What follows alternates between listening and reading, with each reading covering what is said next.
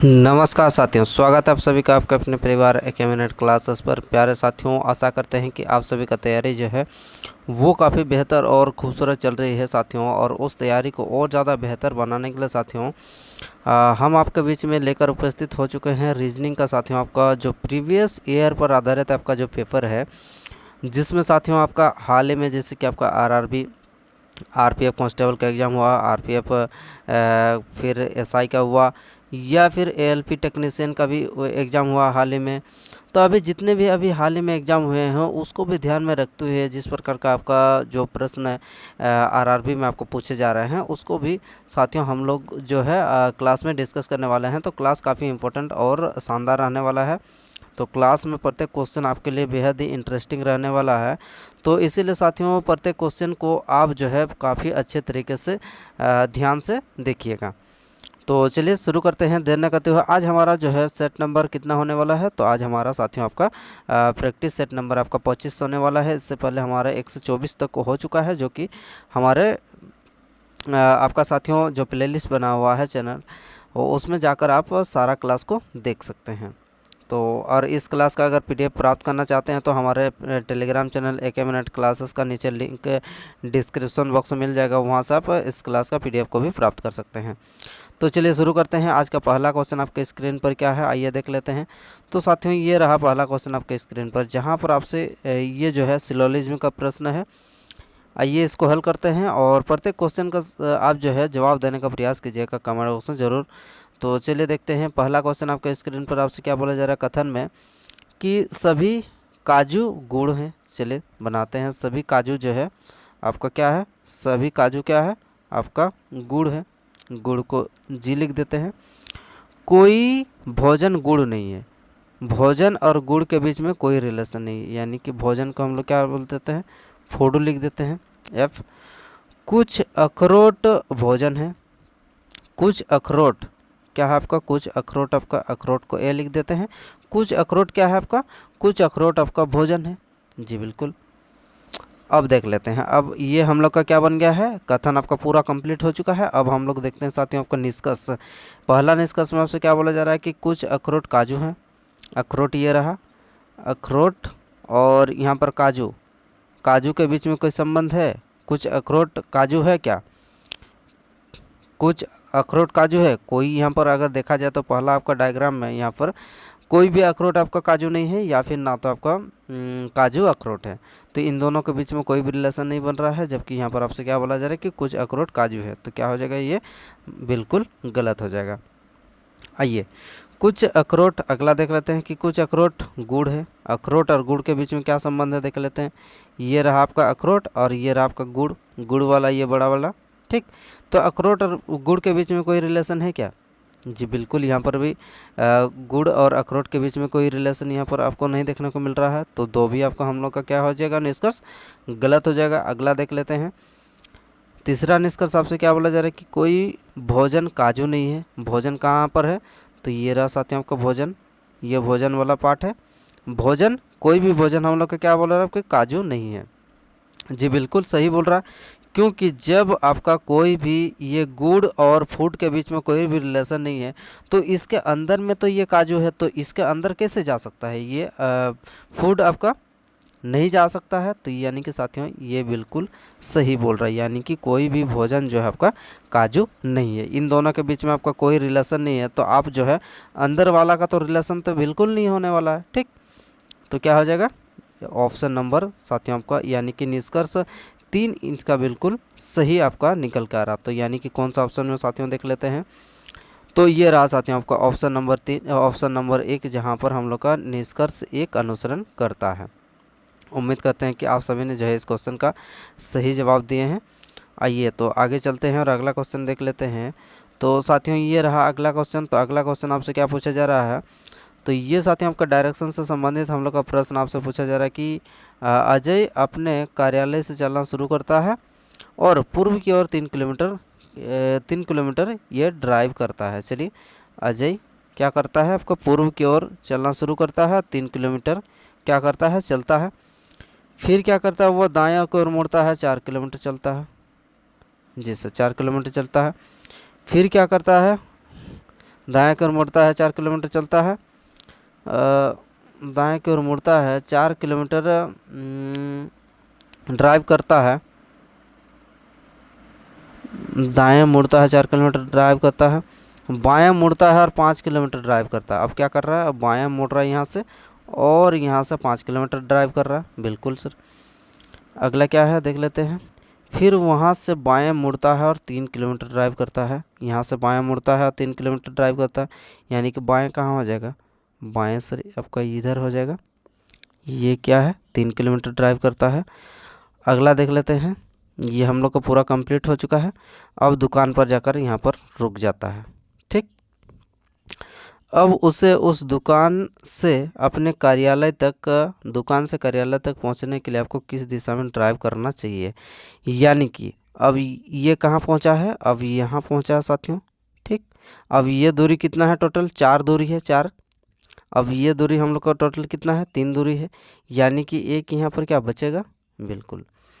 अब हम लोग का क्या पूछा क्या गया है कि दुकान से कार्यालय, कार्यालय हम लोग का कहाँ है, कार्यालय आपका ये यहाँ से जहाँ से शुरू किया है चलना। अब इसके रेस्पेक्ट में आपको देखा जाए, दुकान के रेस्पेक्ट में, तो ये कहाँ बनेगा, कुछ इस प्रकार से बनेगा। बिल्कुल सर। तो यानी कि ये जो डायरेक्शन है, ये डायरेक्शन आपका कौन सा डायरेक्शन होने वाला है, ये डायरेक्शन, तो आप बोलेंगे कि ये हम लोग का होता है उत्तर और ये आपका दक्षिण होता है, ये आपका पूरब होता है और ये आपका पश्चिम होता है।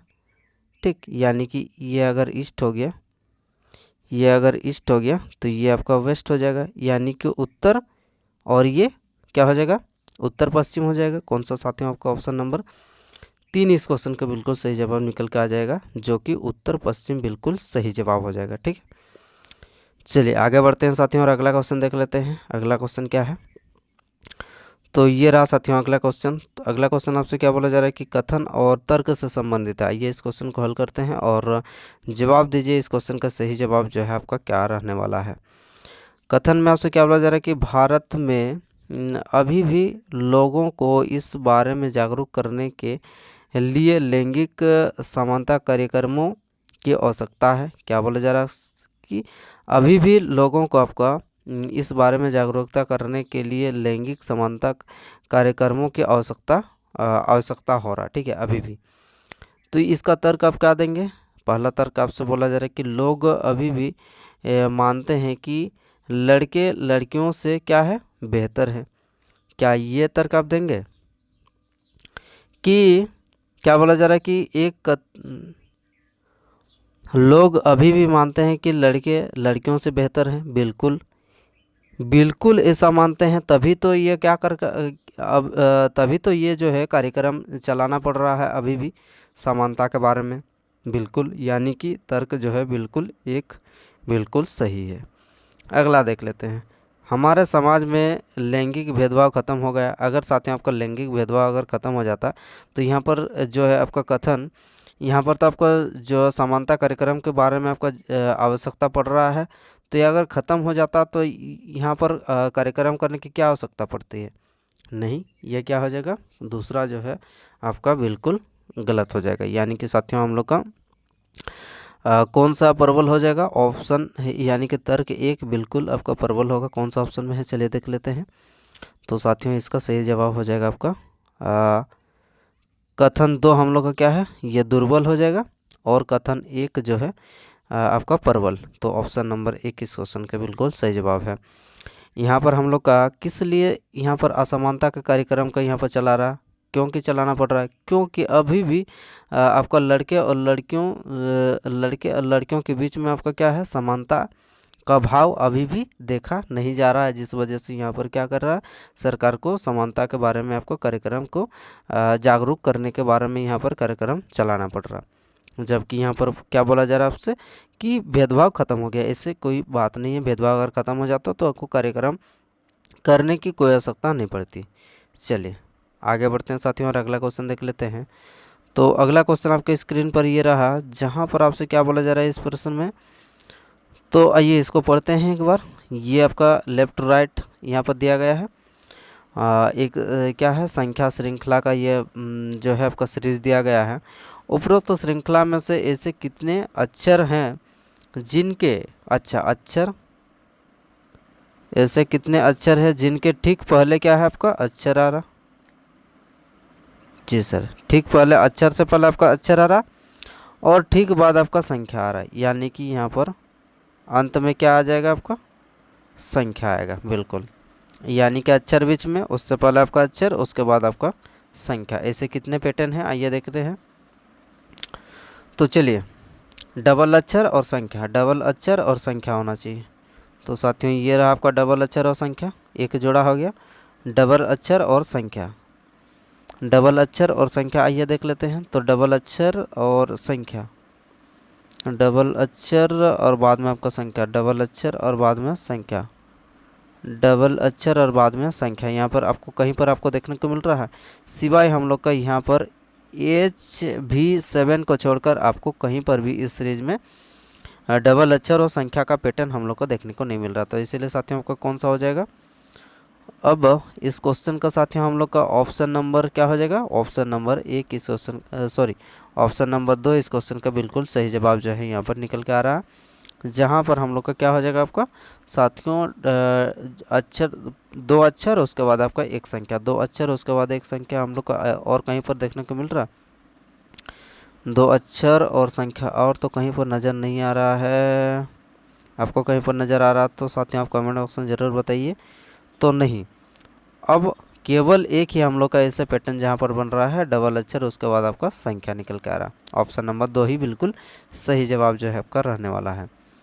आइए इसी तरह आगे बढ़ते हैं और अगला क्वेश्चन आपके स्क्रीन पर ठीक उसी से संबंधित हम लोग का प्रश्न यहाँ पर अगला भी पूछा जा रहा है, जहाँ पर हम लोग का ये इस पैटर्न दिया गया है श्रृंखला का। उपरोक्त श्रृंखला में से प्रत्येक विषम संख्या, चलिए यानी कि विषम संख्या का मतलब क्या होता है आपका? प्रत्येक ओड नंबर विषम संख्या वाले अक्षर को हटा दिया जाता है।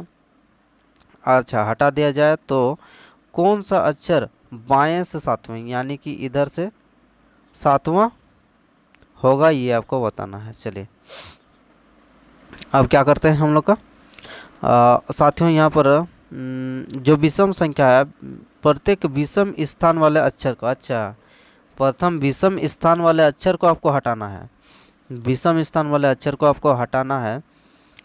हटा दिया जाता है कौन सा अक्षर? बाएं से सातवें स्तर पर। चलिए विषम स्थान पर कौन हो जाएगा सर? यहाँ पर ये हट जाएगा, 1, ये 3, 5, 7, 9, 11, 13, फिर हो जाएगा आपका 15, 17, 17 के बाद आपका 19 हो जाएगा, 19 के बाद आपका हो जाएगा साथियों आपका 21, 21 के बाद आपका 23, 23 के बाद आपका हो जाएगा साथियों आपका 23 के बाद आपका 25। तो ये आपका हट गया। अब चलिए देखते हैं, अब आपसे क्या बोला जा रहा है कि बाएं से आपका, बाएं से कितने नंबर पर होगा? सातवें स्थान पर कौन सा जो है लेटर आएगा, ये आपको बताना है। चलिए काउंटिंग करते हैं हम लोग का, इधर से बाएं मतलब इधर से काउंटिंग शुरू करना पड़ेगा। तो पहला बी हो जाएगा, दूसरा ये आपका तीसरा, ये आपका चौथा, ये आपका पांचवा, ये आपका छठवां और ये हो जाएगा आपका सातवां। सातवां हम लोग का कौन सा हो जाएगा? सातवां हो जाएगा सातवां आपका अभी बिल्कुल सही जवाब कौन सा ऑप्शन में हो जाएगा? ऑप्शन नंबर 1 बिल्कुल सही जवाब जो आपका निकल के आ जाएगा। तो क्वेश्चन में यहाँ पर कुछ जान नहीं है, लेकिन आपको सिर्फ समझना है कि यहाँ पर क्वेश्चन में आपका वास्तव में क्या बोला जा रहा है और आपको क्या निकलना है। ठीक समझ में आ रहा है? यहाँ तक कोई दिक्कत समस्या नहीं होनी चाहिए। चलिए तो आगे बढ़ते हैं साथियों और अगला क्वेश्चन देख लेते हैं। सॉरी, अगला क्वेश्चन ये रहा। चलिए अब इसको पढ़ते हैं और एक एक करके हम लोग समझते हैं। यहाँ पर आपसे दिया गया है, ये जो है आयत आपका क्या है? आयत आपका चाय है और ये आइसक्रीम है क्या? ट्रायंगल। और ये आपका कॉफ़ी है वृत्त। इससे कितने अच्छा कितने लोग तीनों चीज़ें जैसे आपका अर्थात आइसक्रीम, चाय और कॉफ़ी पसंद करते हैं, तो कौन सा हो जाएगा जो कि तीनों आपका ये जो आपका आकृति है इसको कवर कर रहा है? तो आप बोलेंगे कि भैया यहाँ पर जो ऑप्शन नंबर ये जो आपका 6 है, 6 एक ऐसा संख्या है जो कि क्या कर रहा है? ये तीनों जो डायग्राम है इसको कवर कर रहा है, यानी कि आइसक्रीम वाला को भी, चाय वाला को भी और आपका कॉफ़ी, यानी कि 6 एक ऐसा संख्या है जो कि चाय, कॉफ़ी और आइसक्रीम तीनों को कवर कर रहा है। तो आइए कौन सा ऑप्शन में हम लोग का चाय, कॉफ़ी और आइसक्रीम जो कि तीनों कवर करने वाला है, तो ये रहा साथियों आपका ऑप्शन नंबर 3, जहाँ पर आपका 6 बिल्कुल सही जवाब आपका निकल के आ जाएगा।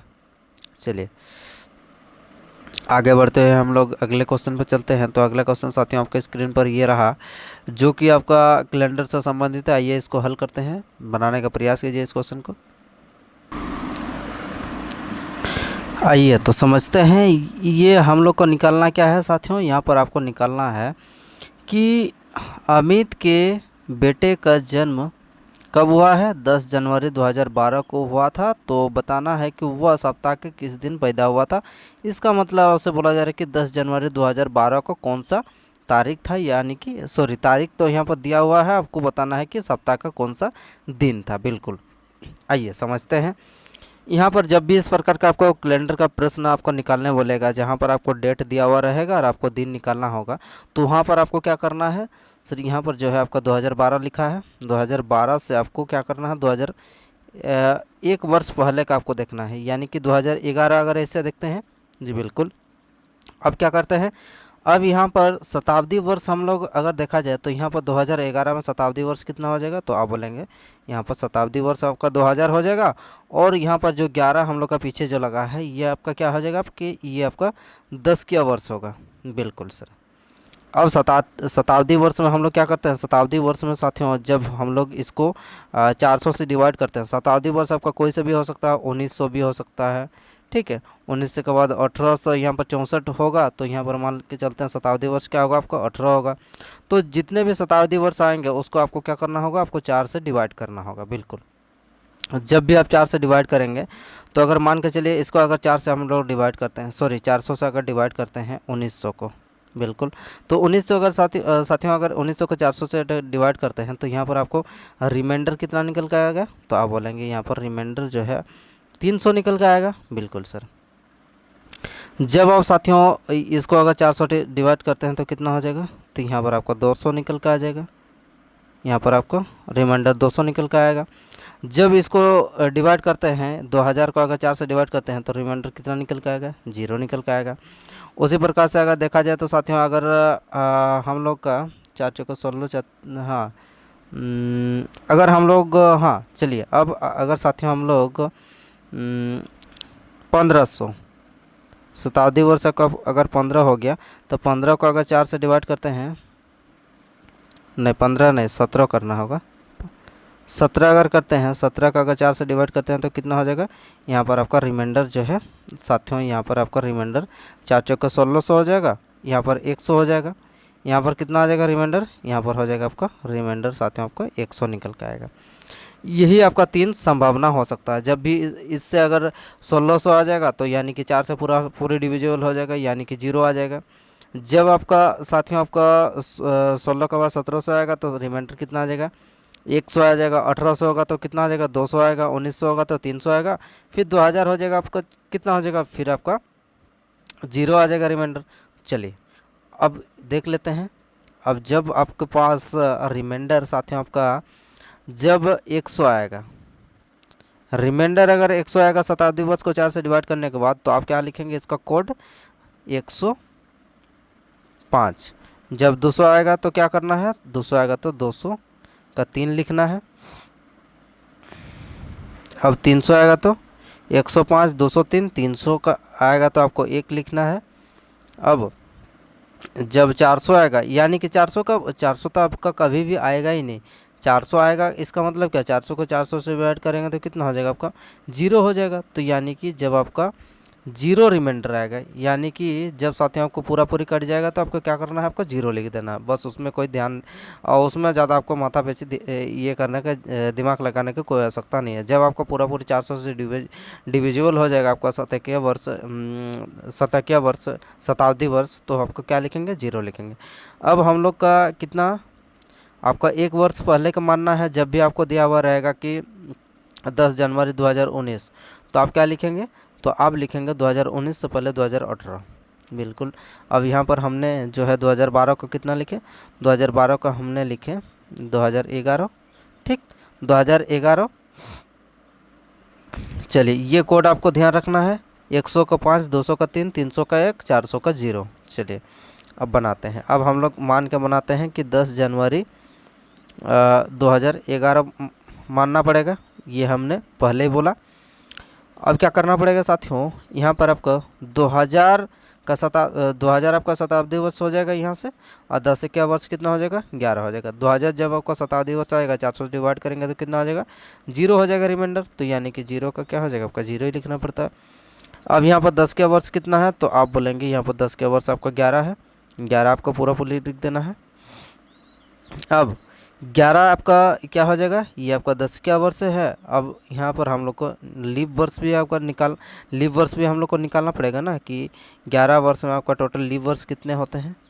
2011 तक में आपका 2000 से 2011 तक में आपका लीप वर्ष जो है वो कितने होंगे। चलिए अगर डिवाइड करते हैं तो लीप वर्ष कितना हो जाएगा, 4 दूनी 8, यानी कि 2 लीप वर्ष आएगा। बिल्कुल, तो यानी कि 2 वर्ष लीप वर्ष आएगा, तो यानी कि 2 दिन और आपको एक्स्ट्रा लेना पड़ेगा।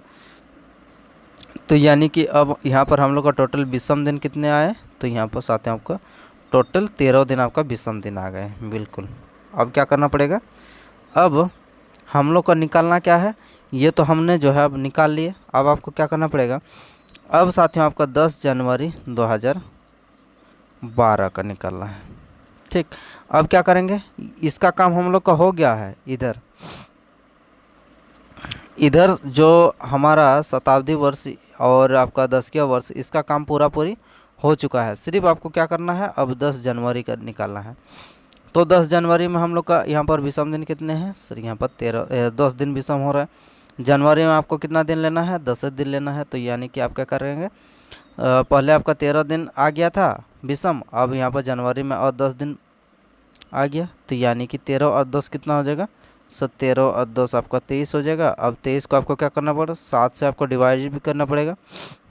ठीक, 23 दिन आपका विषम आ गए हैं, इसको 7 से डिवाइड करेंगे तो हमारे पास कितना रिमाइंडर निकल के आएंगे, 7 3 21 और 2 23 हो जाएंगे। यानी कि रिमाइंडर कितना हो जाएगा, रिमाइंडर साथियों आपका 2 निकल के आएगा। अब आपका जो सप्ताह है शुरू कैसे होता है, मतलब कहाँ से होता है, शुरू होता है साथियों आपका मंडे से। यानी कि जब आपका एक दिन विषम आएगा तो आप क्या बोलेंगे, मंडे होगा। 2 आएगा तो क्या हो जाएगा आपका, मंडे के बाद आपका ट्यूसडे हो जाएगा। 3 आएगा तो क्या हो जाएगा आपका, बुधवार हो जाएगा। 4 आएगा तो क्या हो जाएगा आपका, गुरुवार हो जाएगा। 5 आएगा तो क्या हो जाएगा आपका, शुक्रवार हो जाएगा। 6 आएगा तो क्या हो जाएगा आपका, शनिवार हो जाएगा। और 7 जब आएगा, यानी कि 7 से जब आपका रिमाइंडर ही नहीं बचेगा तो 7 से पूरा डिविजिबल हो जाएगा, तो आपको क्या बोलेंगे, वो आपका संडे आएगा। बिल्कुल, तो यानी कि आप रिमाइंडर कितना आ रहा है, यहाँ पर रिमाइंडर आपका 2 आ रहा। तो रिमाइंडर जब 2 आता है तो आप कौन सा वार लेना पड़ेगा, 2 में हम लोग का आता है आपका मंगलवार। कौन सा ऑप्शन में साथियों आपका मंगलवार है दिया है, तो ऑप्शन नंबर 2, जहाँ पर आपका बिल्कुल सही जवाब मंगलवार इस क्वेश्चन का। समझ में आ गया होगा आपको, कॉन्सेप्ट आपका बिल्कुल क्लियर हो जाना चाहिए। यहाँ पर इस क्वेश्चन में हम लोगों ने जो है आपका पूरा कैलेंडर को, आपका कॉन्सेप्ट को क्लियर करने का प्रयास किया है। चलिए इसी तरह हम लोग जिस क्वेश्चन में आपको जिस प्रकार का जो कंसेप्ट चाहिए उसको हम लोग कंसेप्ट को भी क्लियर करते हुए चलने वाले हैं। तो इसीलिए आप जो है क्लास को काफ़ी अच्छे और ध्यान तरीके से देखने का प्रयास कीजिएगा। आइए अगले क्वेश्चन पर चलते हैं। अगला क्वेश्चन आपके स्क्रीन पर ये रहा साथियों, जहाँ पर आपको क्या लिखा है कि यहाँ से यहाँ चला गया है, यहाँ से आपको यहाँ लिखा गया है। तो अब आपको जो है इससे अगला आपको क्या लिखा जाएगा वो आपको बताना है। बिल्कुल, आइए देखते हैं। तो अगर यहाँ पर साथियों अगर देखा जाए तो क्या हो रहा, चलिए अब बनाते हैं। ये छोटा है, इसको थोड़ा हम लोग देख लेते हैं, इससे हम लोग क्लियर करने का प्रयास करते हैं। CLEAR ये लिखा है, इसको क्या लिखा है, XOVZI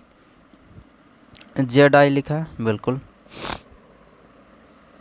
अब यहाँ पर आपको एक चीज़ देखते के साथ आपको क्वेश्चन में पता चल गया होगा कि C का अपोजिट क्या हो रहा, C का अपोजिट आपका X हो रहा है। यानी कि जब दोनों संख्या को अगर जोड़ना है तो आपका 27 आना चाहिए, तो वही हम लोग को क्या होता है, आपका अपोजिट होता है।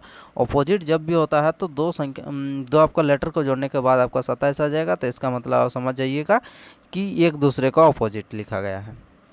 12 15 27 होता है, 5 22 27 होता है, 1 26 27 होता है और 18 9 27 होता है। यानी कि अब ये जो लिखा गया है ऊपर वाले का नीचे का क्या लिखा है आपका ऑपोजिट लिखा है, यानी कि ऑपोजिट लिखा गया है। अब यहाँ पर भी देख लेते हैं कि ये इससे जो ये लिखा है ऑपोजिट लिखा है या फिर कि कुछ और यहाँ पर लॉजिक लग रहा है। चलिए सर देख लेते हैं यहाँ पर। अगर यहाँ पर साथियों अगर देखा जाए तो ये रहा आपका क्या, जब भी हम लिखेंगे तो क्या हो जाएगा, इसको पहले लिखना पड़ेगा, उसके नीचे आपको ये लिखना पड़ेगा। तो अब क्या हो जाएगा, एक के नीचे एक, यानी कि शुरुआत में आपका क्या हो जाएगा, ये शुरुआत वाला शुरुआत से लड़ेगा। 16 आपका पी होता है और 11 आपका के होता है, यानी कि 16 और 11 को जोड़ेंगे तो 27, बिल्कुल सर ये आपका अपोजिट हो रहा। 18 और 9 27 होता है, बिल्कुल सर, और 5 22 27 होता है, और ये आपका 3 24 27 होता है, और उसके बाद 9 18 27 होता है, 15 और 12 27 होता है, 21 और 6 27 होता है, और 19 और 8 27।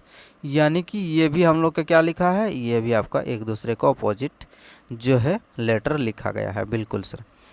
आइए अब समझते हैं हम लोग इसको किस प्रकार से लिखना है। तो डी लिखा है, डी का अपोजिट क्या हो जाएगा सर, डी आपका 4 होता है, इसमें 23 जोड़ेंगे तो आपका क्या हो जाएगा 27 हो जाएगा। 9 में हम लोग क्या करना पड़ेगा, 9 में आपको 18 जोड़ना पड़ेगा तब 27 हो जाएगा, और 18 में आपको क्या करना पड़ेगा, 18 में आपको 9 जोड़ना पड़ेगा, सब 27 हो जाएगा। 20 में 7 27 हो जाएगा, 25 2 27 हो जाएगा, अब 9 18 27 हो जाएगा, उसके बाद 14 13 27 हो जाएगा, 7 20 27 हो जाएगा। अब ये जो है आपको देखना है कि WRIGBRMT कहाँ पर है, कौन सा ऑप्शन में साथियों आपका WRIGBRMT ये रहा साथियों आपका ऑप्शन नंबर 2, जहाँ पर इस क्वेश्चन का बिल्कुल सही जवाब आपको निकल के आ रहा है। जहाँ पर आपसे क्या किया गया है, यहाँ पर सिर्फ आपको एक दूसरे को अपोजिट जो है ये लेटर आपको लिखना है। चलिए समझ में आ गया यहाँ पर लॉजिक, बड़ा ही शानदार। चलिए आगे बढ़ते हैं और अगला क्वेश्चन आपके स्क्रीन पर ये रहा साथियों, जहाँ पर आपको कथन और निष्कर्ष से संबंधित ये प्रश्न आपसे पूछा जा रहा है कि सभी झरने क्या है, कथन में सभी झरने नाले हैं ना, क्या है, हाँ सभी झरने नाले हैं। सभी झरने क्या है आपका नाले हैं, ठीक। कुछ नाले खाड़ियाँ हैं, कुछ नाले आपको खाड़ियाँ हैं, जी बिल्कुल। अब कोई भी खाड़ी नल नहीं है, कोई भी खाड़ी जो है आपका नल नहीं है।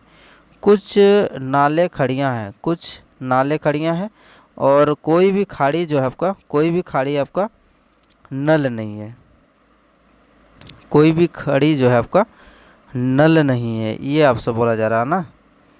चलिए तो देख लेते हैं, कोई भी नल आपका अच्छा कोई खाड़ी नल नहीं है, कोई खाड़ी आपका, ये नाले को कुछ इस प्रकार से लिख देते हैं,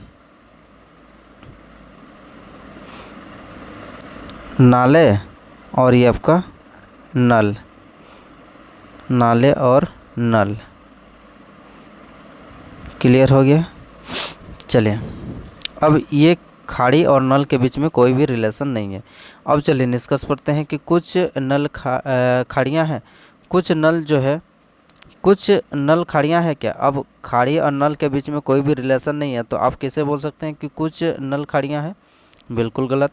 कोई झरने नल नहीं है, कोई झरने ये झरने, कोई भी झरने क्या है आपका नल नहीं है। इसके अकॉर्डिंग अगर देखा जाए तो साथियों कोई जो झरने आपका, कोई भी झरने आपका नल नहीं है। इसके अकॉर्डिंग देखा जाए तो आपका पहला जो है आपका सही हो जाएगा। लेकिन अब ये नल और खाड़ी के बीच में कोई संबंध नहीं है ना, तो यानी कि सभी नल जो है आपका जल भी हो सकता है, और या फिर कुछ ये जो झरने हैं, कुछ झरने आपका क्या हो सकता है, कुछ झरने आपका नल भी हो सकता है। तो यानी कि एक जो डायग्राम है, एक डायग्राम में आपका सही आ रहा है और दूसरा डायग्राम में आपका अगर गलत आता है तो क्या करते हैं, उसको अगर जब भी आपका सिलोजिज्म में आपका 100% आपका सही नहीं होगा तो आप क्या करेंगे, उसको गलत कर देंगे। तो यानी कि साथियों आपका क्या हो जाएगा, ये भी आपका गलत हो जाएगा, यानी कि दूसरा निष्कर्ष भी हम लोग का क्या हो जाएगा, गलत हो जाएगा। आइए अब तीसरा देख लेते हैं कि कुछ नाले झरने हैं, कुछ नाले यहाँ पर क्या है, कुछ नाले झरने हैं। ये आपका नाले हैं, ये नाले बाहर वाला नाले है। अगर सभी झरने अगर नाले हैं तो कुछ नाले तो आपका झरने हो ही सकता है, बिल्कुल हो सकता है। तो यानी कि कौन सा निष्कर्ष हम लोग का सही हो जाएगा, तो ऑप्शन नंबर साथियों आपका एक बिल्कुल सही हो जाएगा, जो कि यहाँ पर दिया गया है कि निष्कर्ष 3 अनुसरण करता है। बिल्कुल समझ में आ गया, यहाँ तक कोई दिक्कत समस्या नहीं होनी चाहिए। चलिए आगे बढ़ते हैं साथियों, और अगला क्वेश्चन आपके स्क्रीन पर क्या है, चलिए देख लेते हैं। तो अगला प्रश्न आपके स्क्रीन पर ये आपसे डायरेक्शन से संबंधित हम लोग को प्रश्न पूछा गया है। आइए हल करते हैं। यहाँ पर एक्स एक बिंदु एक्स से एक लड़की उत्तर की ओर 70 मीटर चलती है, ठीक है। एक्स से क्या करती है, उत्तर की ओर 70 मीटर चलती है। जी सर, ये 70 मीटर चलती है। चलिए 70 मीटर चला देते हैं, 70 मीटर हो गया। फिर वह बायां मुड़ती है और 150 मीटर चलती है। लेफ्ट इधर कितना, 150 कितना चलती है अब ये चलती है साथियों आपका 150। फिर पुनः बायां मुड़ती है और कितना, 90, यानी कि अब कितना चल रही है, यहाँ तक में आपका 70 हो गया था। अब ये जगह जो है आपका थोड़ा ज़्यादा चलेगी, क्या हो जाएगा आपका, ये थोड़ा ज़्यादा चलेगी, यानी कि ये वाला 20 हो जाएगा। 70 20 90 हो गया, ठीक। फिर दायां मुड़ती है और 100 मीटर चलती है, ठीक है। फिर कौन सा दायां मुड़ती है और 100 मीटर चलती है, जी बिल्कुल सर, दायां मुड़ती है और 100 मीटर चलती है, 100 मीटर चलती है। फिर क्या कर रही है, अंत में वो बायां मुड़ती है और जेड तक पहुंचने के लिए 60 मीटर चलती है। जेड तक पहुंचने के लिए कितना, अब वह बायां मुड़ती है और जेड तक पहुंचने के लिए 60 चलती है, ठीक। अब बायां मुड़ती है और जेड तक, ये आपका नीचे जेड है, 60 मीटर चलती है। बिंदु एक्स से आपको बताना है कि बिंदु एक्स से जेड कितनी दूरी पर ही, ये आपको बताना है, यानी कि जेड और एक्स के बीच का दूरी आपको निकालना है। चलिए एक बार ठीक से पढ़ लेते हैं, एक्चुअल में हम लोग का ये जो डायग्राम है वो सही बना है कि नहीं बना है।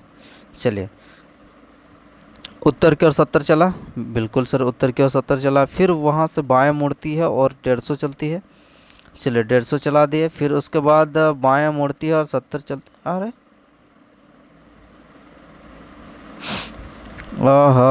यहाँ पर हम लोग को 70 चलाना होगा, बिल्कुल बिल्कुल। क्या करना पड़ेगा आपको, यहाँ पर 70 चलाना होगा। देखा, ये चीज़ आपको जब भी बनाइएगा तो यहाँ पर आपको ध्यान देने की आवश्यकता है। इस प्रकार का जब भी आपको लॉन्ग क्वेश्चन में आपको पूछा जाता है, फिर बायां मुड़ती है और 70 चलती है, इसको हमने 90 चला दिया था, यानी कि 70 ही चलती है, ठीक। फिर पुनः बायां मुड़ती है, अच्छा फिर पुनः बायां मुड़ती है और 90 चलती है, यानी कि अब ये जो दूरी है ये 90 है। पुनः बायां मुड़ती है और 90 चलती है। फिर वह दायां मुड़ती है और 100 चलती है। फिर वहाँ से दायां मुड़ती है और कितना चलती है, फिर वह दायां मुड़ती है और 100 चलती है, यानी कि नीचे की ओर अब जो है वो 100 चलती है, 100 चलती है। अंत में वह बायां मुड़ती है और जेड तक पहुंचने के लिए कितना चलती है, तो ये साथियों आपको 100 मीटर चलती है, ठीक है।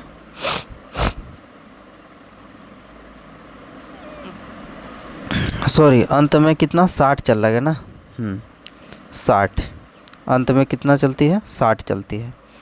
चलिए अब ये टोटल दूरी कितना है, टोटल दूरी हम लोग का 150 है। 150 में से साथियों हम लोग का अब जो है ये कितना दूरी चला है, ये साथियों आपका 90 चला है और ये आपका 60 चला है, यानी कि इसका सीधा सीधा में हम लोग का अब है। बिल्कुल। अब आपको क्या बताना है कि एक्स से जेड के बीच की दूरी, यानी कि अब ये हम लोग का जेड है, नीचे आपका जेड है, ये जगह जेड है।